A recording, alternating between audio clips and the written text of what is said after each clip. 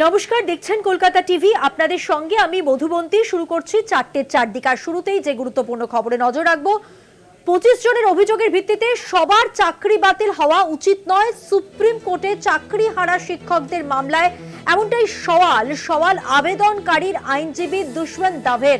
হাইকোর্টের তৎকালীন বিচারপতি অভিজিৎ গঙ্গোপাধ্যায়ের নির্দেশ নিয়ে প্রশ্ন তুললেন দাভে।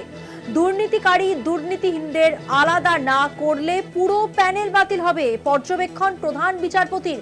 আদালতে আমরা বক্তব্য পেশ করতে পারিনি, এমনটাই বলেন আইনজীবী প্রশান্ত ভূষণ। যাদের নাম নেই তাদের চাকরি বাতিল হবে কেন, প্রশ্ন উঠেছে। কপিল সিব্বল বলেছেন, এই প্রশ্ন করেছেন তিনি, কারা কারচুপি করেছিল ও কারা করেনি তা জানা অসম্ভব। গোটা প্রক্রিয়া বাতিলের নির্দেশ দেয় হাইকোর্ট।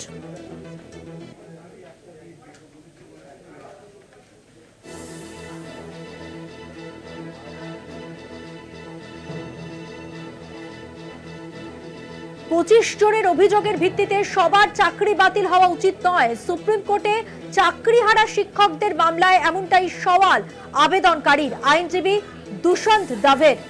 দুষ্মন্ত দাভের এই আবেদন এবং হাইকোর্টের তৎকালীন বিচারপতি অভিজিৎ গঙ্গোপাধ্যায়ের নির্দেশ নিয়ে প্রশ্ন তুলেছেন তিনি।